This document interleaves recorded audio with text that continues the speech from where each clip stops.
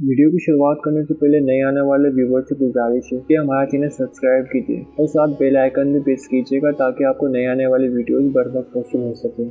तुर्कुत अल्प की पैदाइश 1200 जबकि वफात 1323 बताई जाती है। आप सल्तनत उस्मानिया के इब्तिदाई गाजी में से एक थे। आप तुर्की के तारीख के सबसे बड़े और नामूर जंगजू में से एक थे। आप ताहयात दोस्त और लहू भाई भी थे। अर्तुगरुल गाजी के करीबी साथी के साथ साथ आपके बेहतरीन पैरोकार और मददगार भी थे। अगरचे इनकी निजी ज़िंदगी के बारे में बहुत कम मालूम हुई हैं कि आप न सिर्फ एक तारीखी शख्सियत हैं बल्कि एक अफसानवी शख्सियत भी हैं जो दास्तानों में ज़ाहिर होता है। इस दावे के अलावा आपके जंगजू मंसूबे और इक़दामात पहले उस्मानी तारीख में और कुछ बाज़ंतीनी ज़राए में भी दर्ज हैं। उस्मानी के पहले ज़राए के बयानात के मुताबिक करा हिसर किले के दूसरे फतह 1291 के दौरान तुर्कुत अल्प उस्मान बे के पास था। उस्मान के बाद इसने उस्मान के तमाम फतूहात में हिस्सा लिया। आखिरकार उस्मान ने 1299 में अनागोल को फतह करने के लिए तुर्कुत अल्प को भेजा और फतह के बाद शहर और आसपास के इलाकों का गवर्नर बना दिया।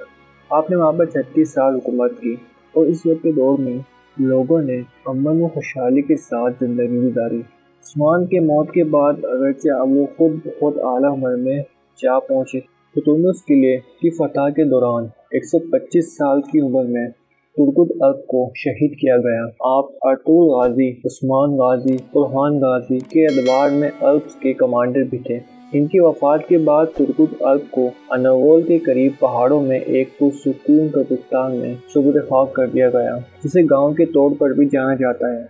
1877 में रूस और तुर्की जंग के दौरान उस्मानी सल्तनत में यलगारिया के मुसलमान लोगों ने एक नया कस्बा कायम किया और सुल्तान अब्दुल हमीद दोयम की तजवीज़ पर इस शहर को तुर्कुत अल्प का नाम दिया गया।